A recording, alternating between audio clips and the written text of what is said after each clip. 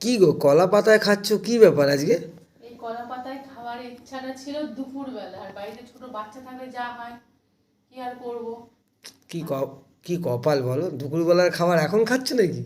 না, সেটা খাচ্ছি না, দুপুরবেলা খেয়ে নিয়েছি, কারণ সময় পাইনি, তাতে করে থালাতে করে নিয়ে অল্প করে তাতে করে খেতে হয়েছিল। এখন রাতের বেলা এই এখন বাজে 12:30 একটা বাজতে যায় বোধহয়। 1:30 বাজে এখন? ও বাবা, 1:30 বাজে, ওকে ঘুম পাড়িয়ে দিয়ে যাতে শান্তি করে কলা পাতায় খেতে পারি, তাই 1:30টার সময় খেতে বসেছি। ও পুকুর, আর বাচ্চা থাকলে তো জানো তো ঠিক মতন শান্তি করে খাওয়া যায় না। কি শান্তি করে খাওয়া যায়? একদমই না, আর বিশেষ করে বাড়িতে যদি কেউ না থাকে তো তো সম্ভবই নয়। আর আমার তো কোনোদিন এরকম হবেই না যে কেউ থাকবে ধরবে আমরা শান্তিতে খেতে পারবো।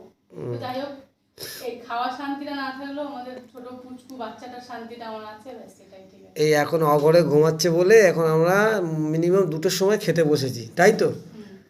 চলো, নেক্সট ভিডিওতে আবার দেখা হবে।